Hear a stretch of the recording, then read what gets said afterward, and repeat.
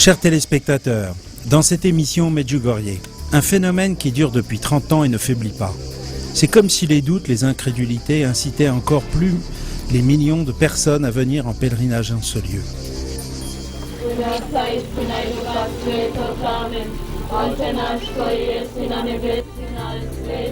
Les 6 voyants qui étaient enfants ce 24 juillet 1981, quand la Vierge Marie leur est apparue, sont aujourd'hui des adultes mariés, des parents qui continuent de témoigner des rencontres avec la Vierge Marie.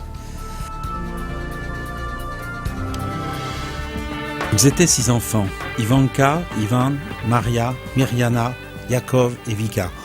Le premier jour des apparitions, tous n'étaient pas là. Ivanka était la première à voir la Vierge Marie, puis Mirjana, Dragicevic et ensuite Vika et Ivan.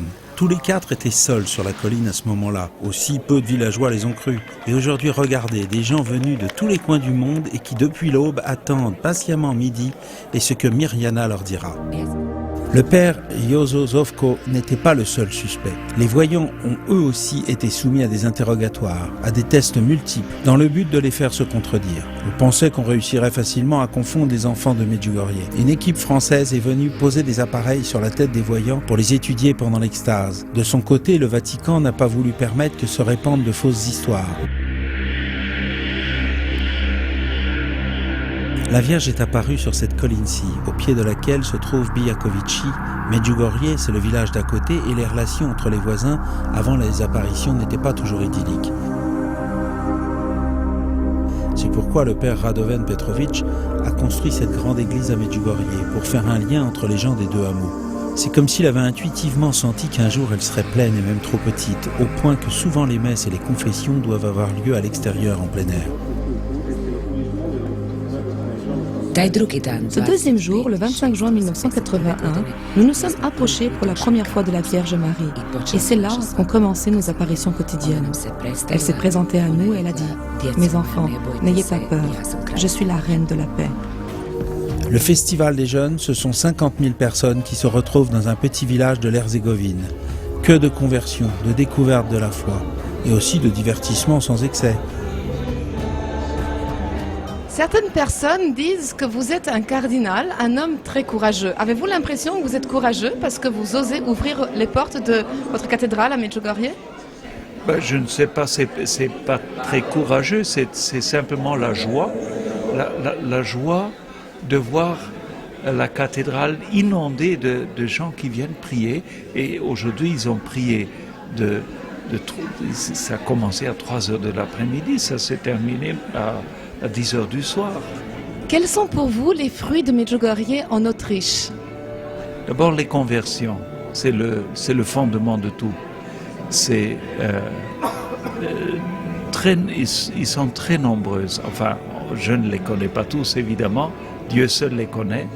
Mais je connais beaucoup de témoignages de conversions individuelles et des conversions de familles, des familles entières qui commencent une vie de foi intense, une vraie vie de foi. Et je pense que, quoique l'Église n'a pas donné de jugement définitif sur les messages, mais une chose me frappe dans ces messages qui sont toujours très simples, qui sont très répétitifs, c'est toujours un peu la même chose, mais pour moi c'est un bon signe parce que c'est l'appel aux choses toutes simples, quotidiennes de la vie chrétienne, la vie de prière, la conversion, la réconciliation et l'écoute de la Sainte Vierge. Toujours merci de m'avoir écouté. Pendant des années, j'ai été guide à Medjugorje. J'ai emmené des milliers de pèlerins, surtout depuis la France, mais aussi depuis d'autres pays du monde. J'ai eu cette chance car je parle plusieurs langues et c'est ce qui a facilité ces contacts.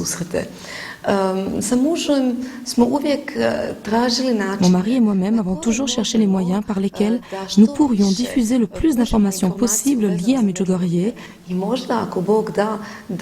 afin que, si Dieu le permet, dans le cœur des gens naisse le désir de venir ici, vivre cette expérience qui ne peut se décrire avec des mots et que Medjugorje donne. C'est pourquoi, à part les pèlerinages, nous avons beaucoup voyagé dans le monde avec les voyants et les franciscains.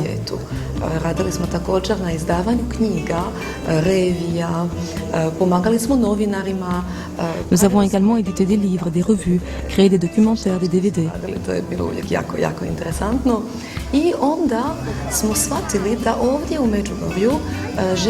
Au fil des années, nous avons compris qu'ici à Medjugorje, nous désirions construire un espace, un centre de paix.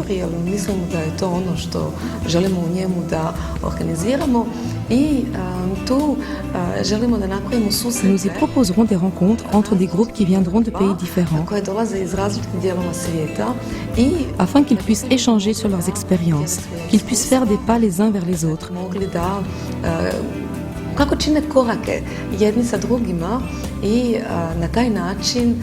Et ainsi continuer d'être au service de la Vierge Marie et au service de la diffusion des messages de paix de la Vierge Marie. Et ainsi, moi qui suis originaire d'un lieu qui se trouve à 1 heure de voiture d'ici, sur la côte adriatique, je peux témoigner que si sans cesse le visage de Medjugorje se transforme, l'histoire reste toujours la même. Les messages de la Vierge Marie continuent d'être transmis, les gens viennent et reviennent. Quelle est cette énergie qui les attire? Quelle est cette vibration qui résonne des Philippines au Panama? Pourquoi des milliers et des milliers de gens à travers le monde suivent-ils les messes de Medjugorje via Internet?